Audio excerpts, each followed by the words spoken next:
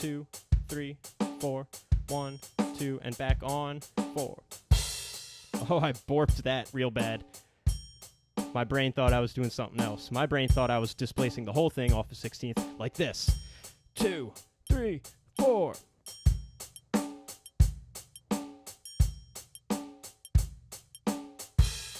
Bam. Oh, that's weird when the whole thing falls off. 3, 4.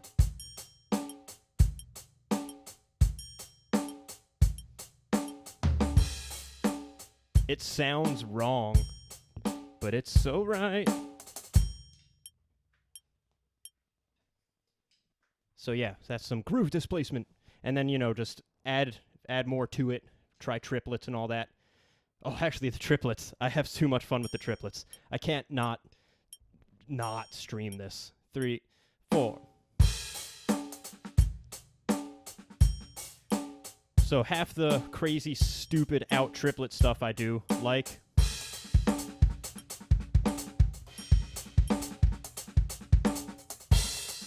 That's like displaced 16th triplets.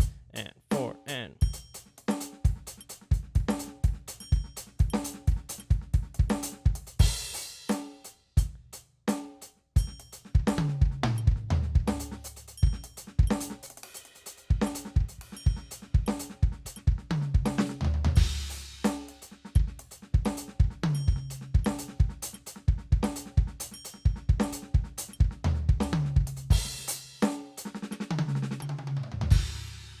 Yeah, triplet displacement.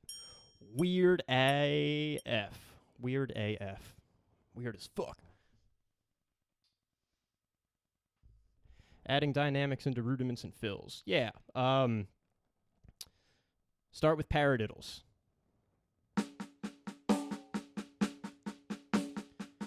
And then try different accent combinations of the single strokes. So either just the right.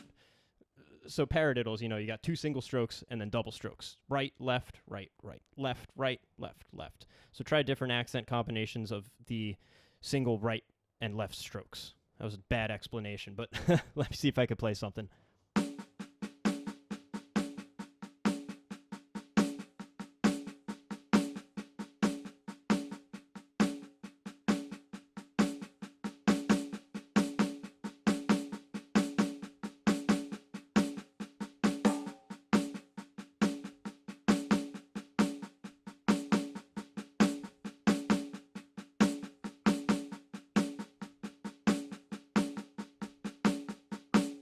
And you'll start discovering different little melodies almost, or little rhythmic phrases from just the accents on their own, which is pretty cool.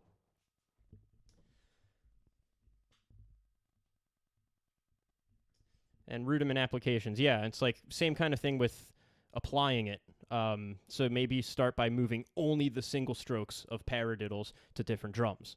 So maybe right, left, right, right, left, right, left, left, right, left, right, right, left, right, left, left, right, left, right, right, left, right, left, left, right, left, right, right, left, right, left, left.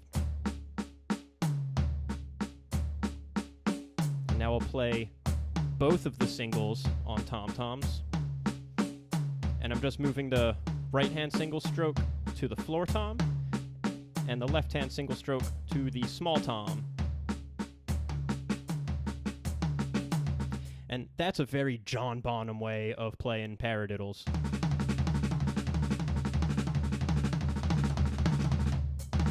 Oh, geez.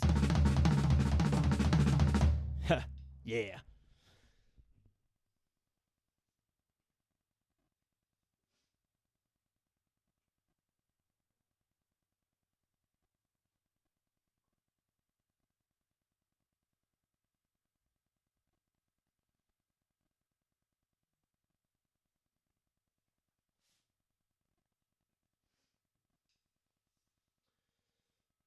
Some of my biggest playing influences.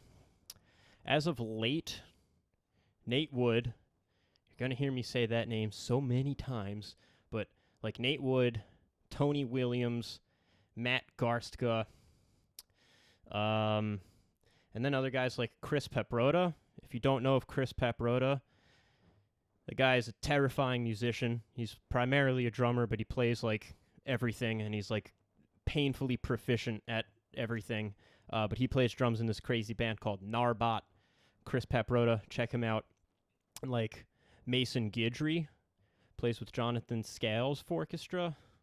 Woo! There are some scary drummers that are so tasteful and just like so in control, and everything they do, it's just like it's perfect. Everything they do is perfect. It's so good.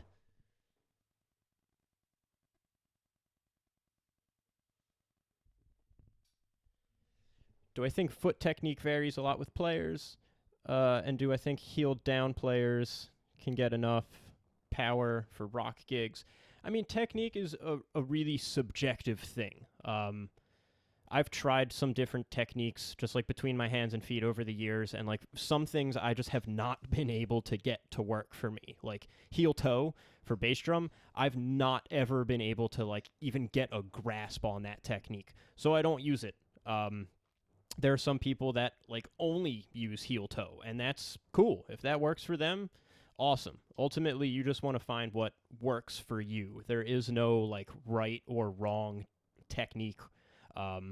But the wrong technique is doing something that forces you to develop a bad habit, or doing something that could result in an injury.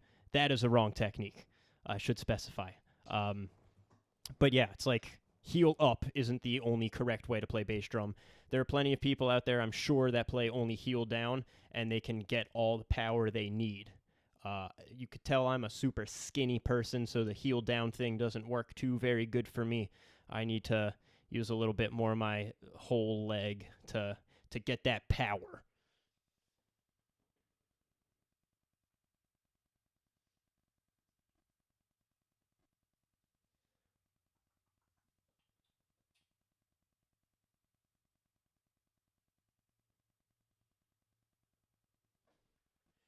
Chris Pepperota's a guy that plays a lot of drum and bass. Yeah, he kind of does some drum and bass stuff a little bit. If you mean like playing bass and drums at the same time, I don't think he's really been too into that lately. But in any case, check him out. He's gnarly.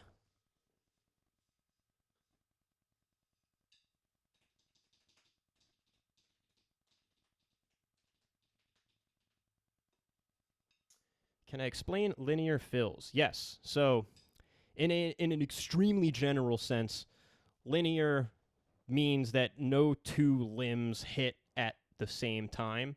So that means technically what I'm about to play is a linear fill. Linear. Right, left, right, left, right, left, right, left. But obviously, when people think of linear drumming, that's not what comes to mind. Usually, linear drumming is kind of understood that you use your feet within the patterns as well. So you're almost thinking, instead of like 2 hands, 2 feet, it's just like 4 things that you can use to play combinations. So to start working bass drum or your hi-hat foot into your fills, I would start with single strokes, kind of like what I was just doing, but substitute in bass drum in place of each 16th note, but in a system. So I'm going to go like right, left, right, kick, right, left, right, kick, right, left, right, kick, right, left, right, kick.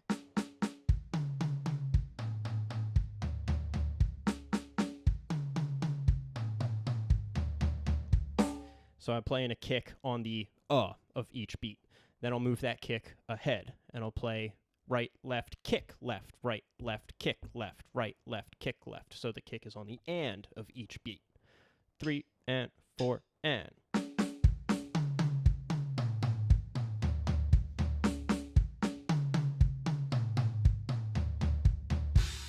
And then move the kick to the E of each beat.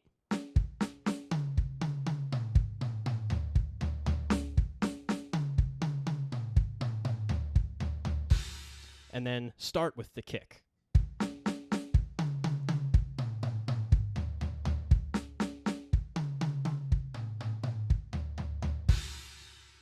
And then you want to string different combinations together.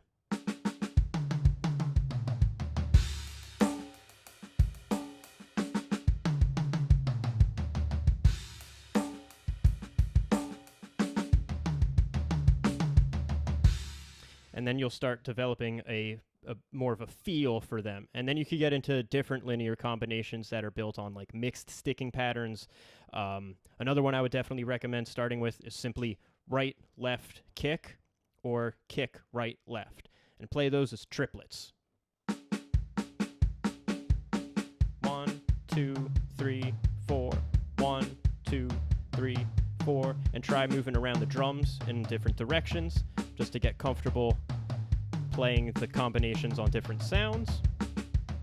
And you should never sacrifice precision for speed, especially with linear stuff. It's so easy for these linear combinations to just get wicked sloppy, and then that's just bad.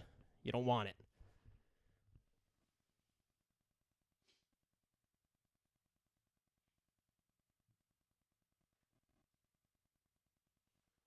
Uh-oh, you think the vocal mic's not picking up the vocals? Uh-oh. Uh-oh. Check. It should be coming through.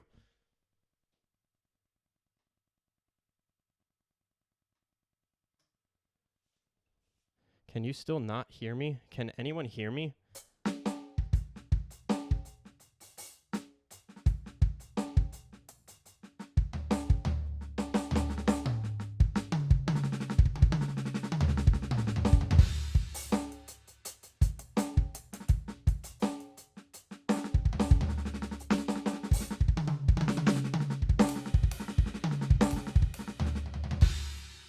Okay, mic is good. Yeah, I know. Sorry, it's only going through your right ear, and the drums are all in your left. I gotta figure out what to do about that. So, yeah, that'll be a next time issue.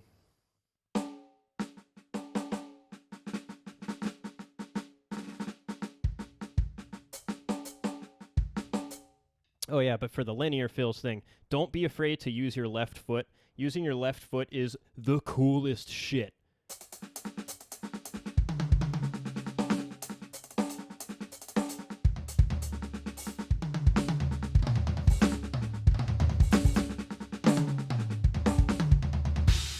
Yeah.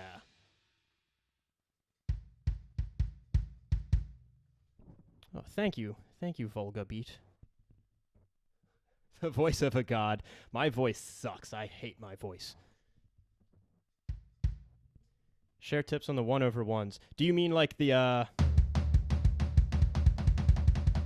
just like the right kick, left kick, right, left kick? Well, I can't say that. Right kick, left kick, right kick, left kick.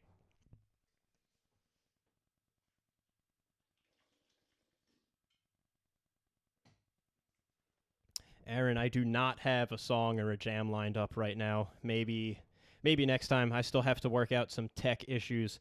And my laptop is quite old. I'm surprised that it's handling what it's doing right now. But yeah, if I could, I don't know. I got to think about that more. I know there's a way to do it. I just worry if my computer can't handle it.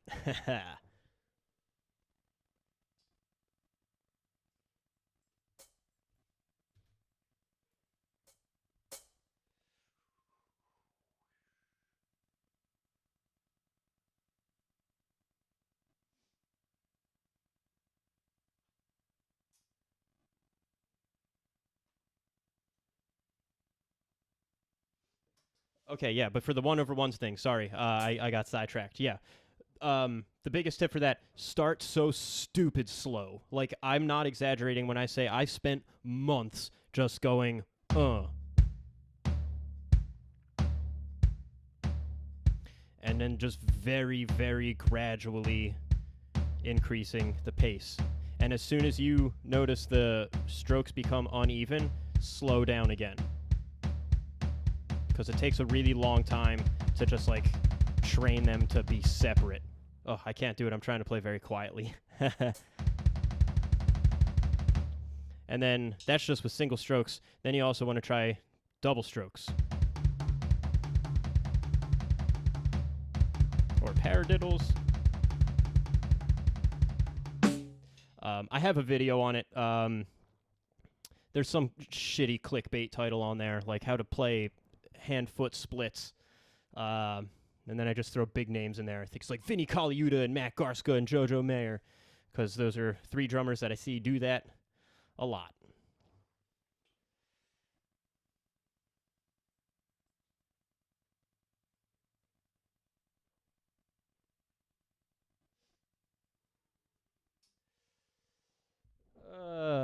Exercises for getting around the kit fluidly when you're doing phrases and soloing.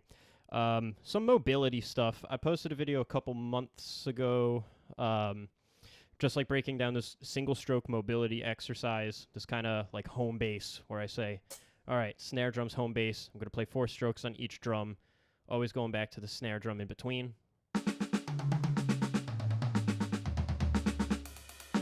And I use the ride cymbal and hi-hats also, just to really force myself to opposite sides of the kit. And then you want to do it with like 3 strokes on each drum.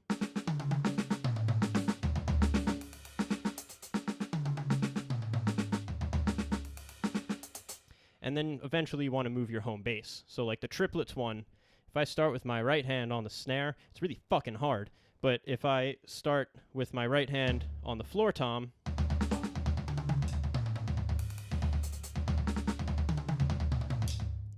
keep clacking my sticks.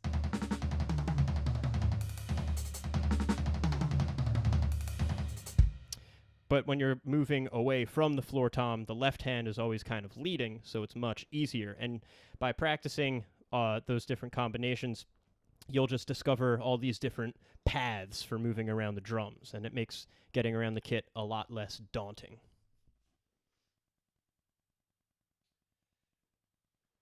How do I flow with those 30-second notes and the triplets and everything at high speeds?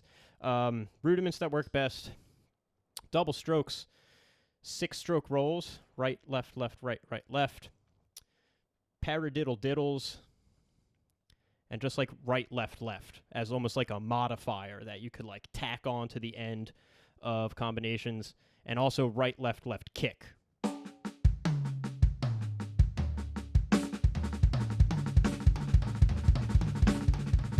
And then you practice very slowly for an extremely long period of time, and then eventually muscle memory kicks in, and then you don't have to think about the combinations.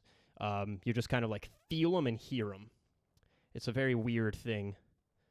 But yeah, the name of the game is like practice for a very, very, very, very long time at a speed where you can play things cleanly and correctly, because you just want to build good habits out the gate.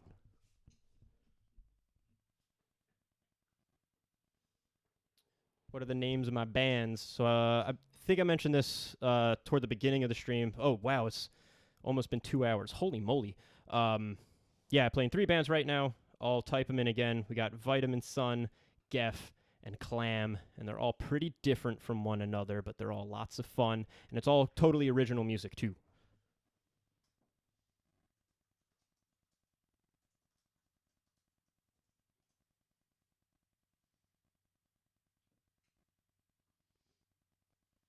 And my bands, I would recommend checking them out on either Spotify or preferably Bandcamp. But we should be on all those major platforms.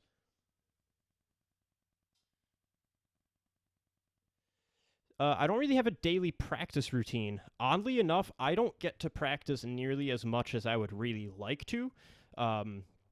Most of my time at the studio space, when I was able to still get there, was actually spent teaching. And when I wasn't teaching, I was either doing video editing for YouTube stuff, and I also teach with a drum school here in Boston called Boston Drum Lessons, and I make a lot of content for them as well, including like videos and blog posts and social media and all that. So I don't have as much time as I would really like to practice. But usually when I do get a chance to practice, I do kind of like to go into it with like a plan beforehand. Not like a firm plan, but just like a couple general things that I definitely want to hit in a given session. And sometimes I'll like fall down a rabbit hole with something and then I just pursue it. But I usually take notes on whatever I work on just so I could revisit it later. And a lot of times I'll record myself a little bit. Just to like catch those things that happen only in the moment. But yeah, I'm not as disciplined as I used to be. I used to have much more of a routine, mostly when I was like in school. But then once the real world hits and you try to be a professional musician, yeah, your time runs out real quick. Hey, what's up, Kaushik? Thanks for tuning in, man.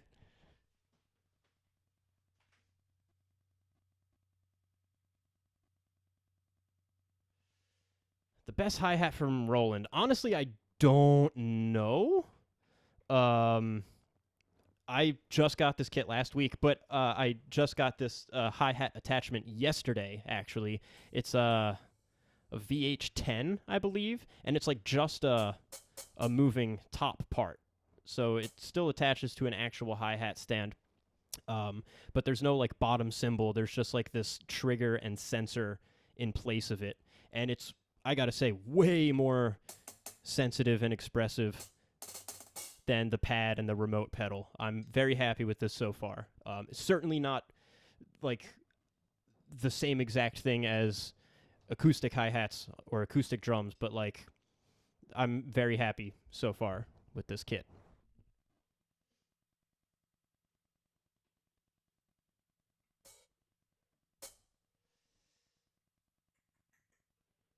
Do I have any endorsements? No, I do not endorse any company in an official capacity, but yeah, no, I'm just gonna leave it at that. Because like I flip flop on brands and stuff all the time, and no one has ever approached me with like a serious, legitimate offer or anything. So that's kind of nice though, because I'm not bound to like only one brand. I could just play whatever the heck I think sounds cool. So like my cymbals, for example, I have them in a bag next to me because I got paranoid. I didn't want to leave them at the studio space. Like I got a whole array of things. I got a bunch of Meinl cymbals. I got some Zildjians. I got a couple Sabian, or like a Sabian thing. I got a Paiste Crash. I want to get some Istanbul something or other. Sticks. Lately, I've just been using Vader Manhattan A's, but I always try to find like the heaviest pairs. And I like these because they're, for 7A's, they're big. They're like almost the same dimensions as like a Vic Firth 5A, but they got this like ball-shaped tip going on, which I really like. And yeah, I've been using these for a few years now, and I think they're pretty great. And the seat, I'm on a Tama First chair. I'm not gonna lie, this thing's really super friggin' comfortable.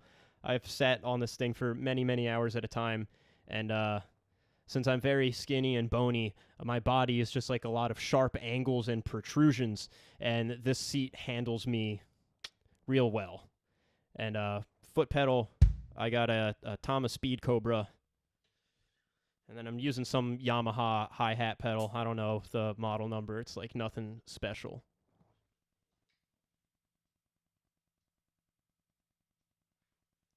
My rehearsal space, as of now, is shut down. The only reason we're allowed to get in there is if we need to get gear from it. Oh, hang on. The kitty wants to get out of the room. I'm going to let the kitty out. Hi, Pepper.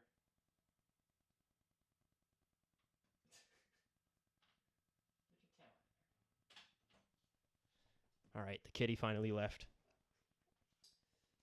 But yeah, for all intents and purposes, the studio is totally closed. I can't go in there and practice. So I'm expecting it to be several months before I can actually sit behind an acoustic kit again, which is a huge bummer. But I'm super grateful and happy to have this e-kit right now because it's going to keep me sane and making money in a very real sense.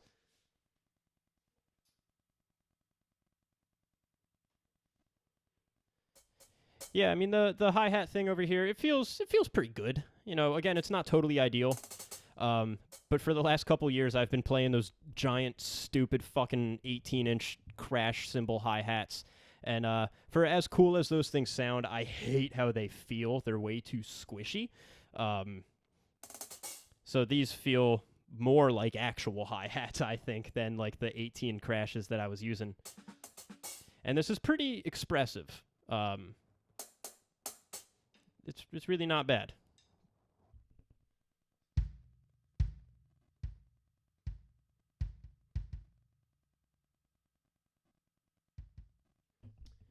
How do you build the stamina of exercising every day? I often get excited about practicing and then quickly run out of mental energy. At a certain point, it's discipline. Um, and having material that interests you. Because, like, yeah, sometimes practice can get super boring and frustrating. Um, but I don't know. I, for one, really like repetitive tasks. I kind of like doing the same thing over and over and over and over and over and over, and really trying to get in like the super minute differences or inconsistencies, and then trying to work those out. Um, but yeah, a lot of it comes down to discipline and just building a habit. And set realistic goals. Maybe a realistic goal is like practice for 20 minutes, but like really focus through those 20 minutes. And then maybe after you do that every day for a week, or maybe you do it every other day for a week, whatever works with your schedule, then maybe bump it up to like 25 or 30 minutes of like really focused practice. And then you'll kind of like build practice endurance. Like a lot of people don't understand that like you need to practice practicing. Because it's very much a discipline. And a lot of times, like, I don't want to do it, but all those people that are crazy, crazy good, they didn't get that way by not practicing. And when I think of it like that, that is usually the thing that, like, kicks my butt into gear. Yeah. Yeah.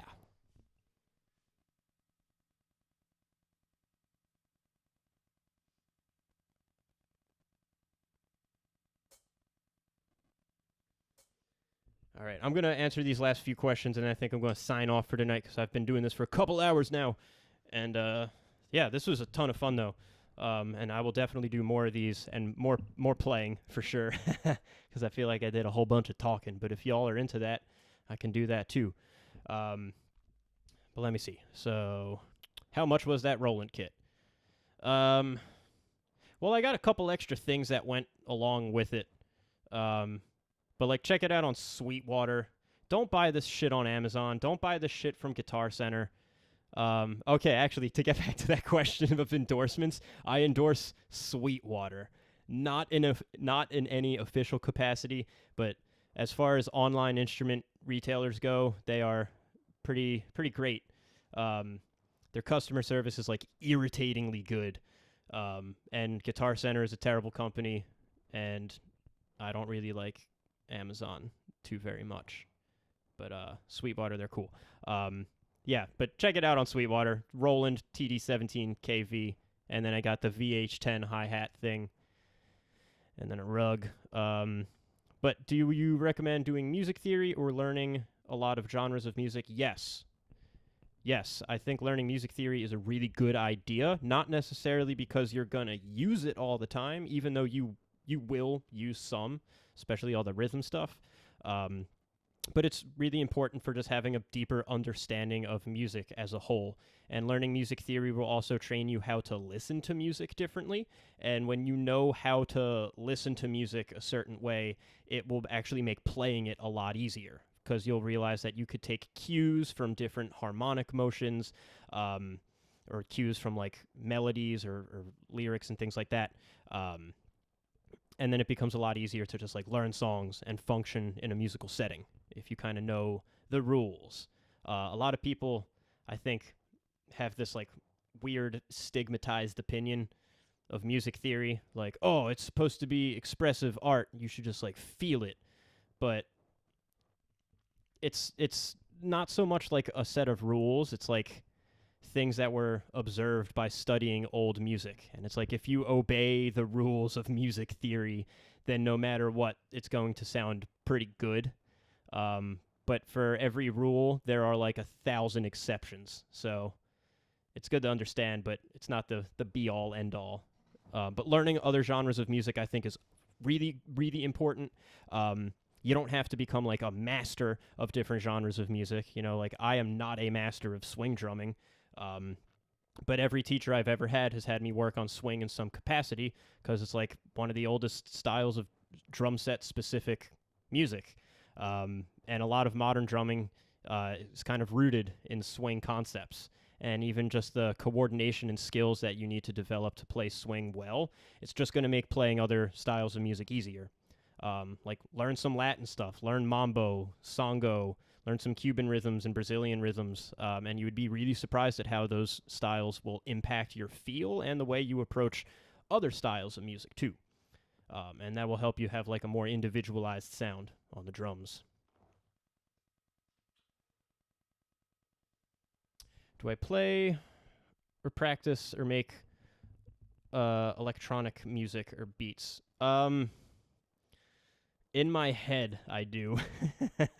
But actually, with this E-Kit, I have been messing around more with like some of the electronic set functions. I don't want to play anything now because I want to like dial in a user kit. But it's something that I want to do a lot more of now that I have this E-Kit and a way to like mess with samples and things from a more familiar controller, if you will. How to get better at right kick doubles? Oh, that's a big question. Practice. I know that's a jerk of an answer. But you want to find a way to play two strokes with a single motion, essentially. And right now I'm using kind of like a twitch, kind of a combination between like an ankle stroke and a regular heel up stroke. I'm not really sliding so much like I usually would if I were trying to play really loud. But yeah, it just takes a lot of time to like feel it out and find a technique that works right for you. I know that's probably not a super helpful answer, but I can only help so much from my position.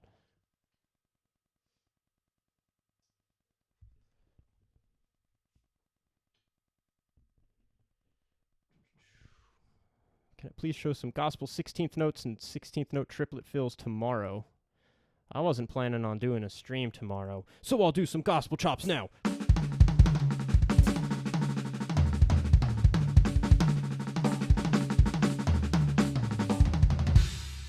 And you didn't hear me say the GC words, otherwise they're going to sue me. So, G-chops. God chops.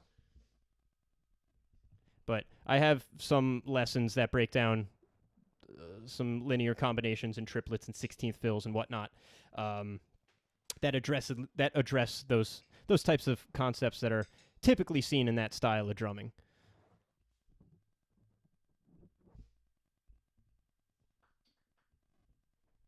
James, what up?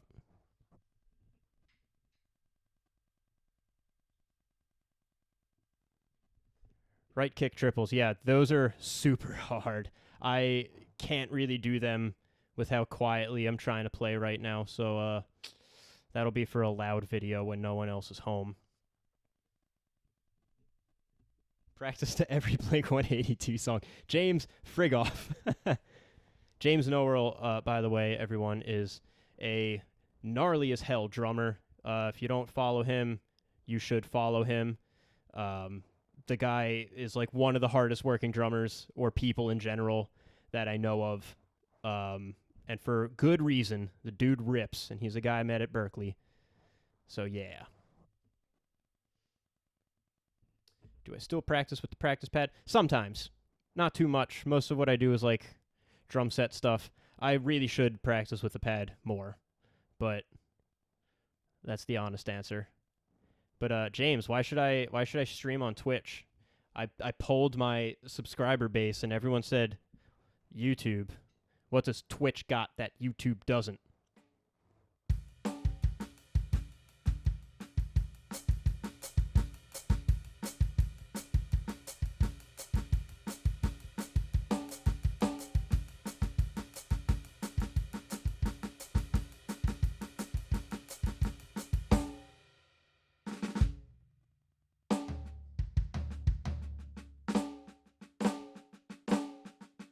Oh, I see. Yeah. So for the guy that was asking how to practice kick doubles, James Noel says play along with every Blink-182 song. Do what he says. He's a really good drummer. So try that.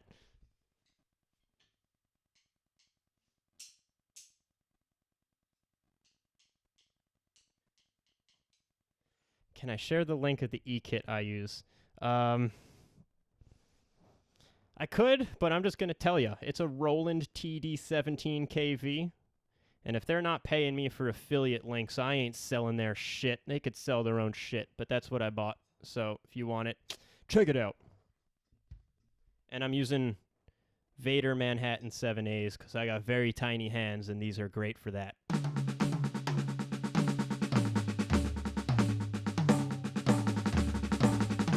How come no one was asking me about flams? I only saw the word blush to happen like 4 times. I'm a little disappointed, y'all. How about flam 5s?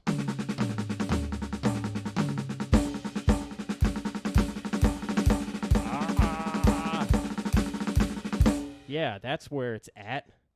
That's where it's at. Cool. All right. That's good to know. So like tonight for me this was kind of a test. Actually, James, I should talk to you and pick your brain about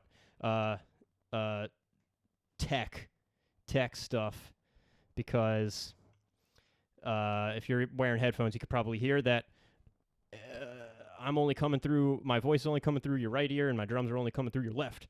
But yeah, I gotta figure that out, and I want to also try to stream on Twitch too. I just tried YouTube first since I already have like a little bit more of a fan base here. But actually, I mean, this is crazy. There was so much interaction tonight. This was really fun.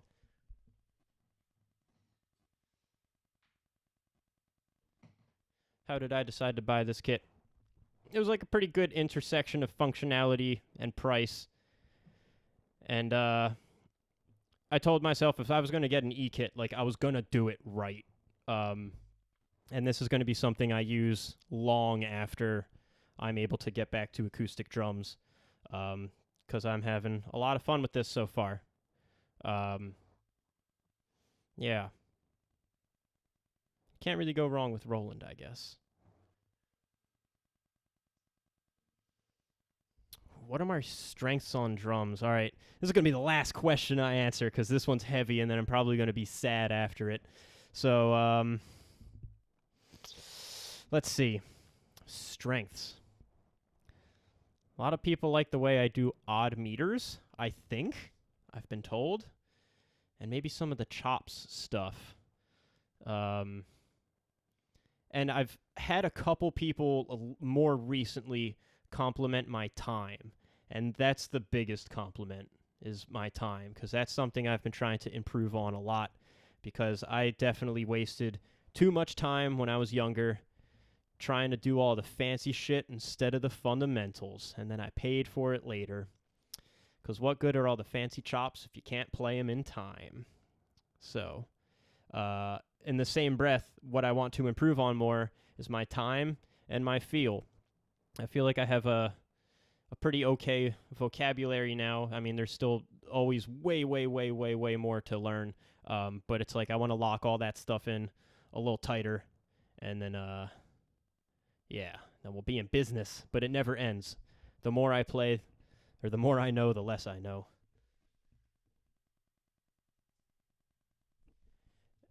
All right, these are last couple of questions. Really quick one. Also, have a great night, Volga Beat. Greetings from Boston, Massachusetts. What's up, Columbia? That's really cool. But the drum throne I'm using is a Tama First chair. It's very comfortable, and I can do rim shots. I think you may have been referring to rim clicks, or rim knocks, rather. Let me just get back to an acoustic kit. Yeah, I have to turn on the functionality, though. I don't really see myself using that function too much on this e-kit, to be perfectly honest, but what are you gonna do? All right, I'm signing off. Everyone, thank you so much for sticking around, and if you sat through this whole thing, that's awesome. Thanks. New Zealand. Wow. That's really cool. What time is it there? It's got to be like 12 noon on Saturday. What are you guys, 14 hours ahead? I don't know. But that's crazy, man.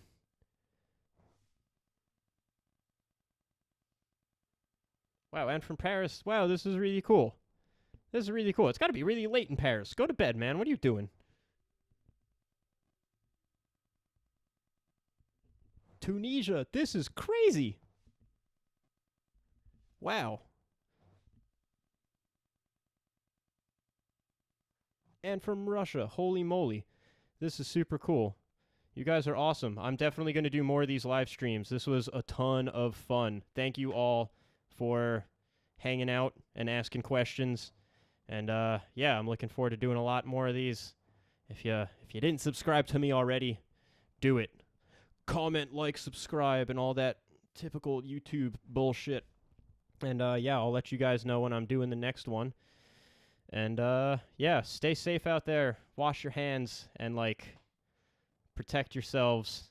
And yeah, stay safe. It's getting nuts out there. But I'll talk to you all real soon. Later, guys. Worcester, nice. All right, later, guys.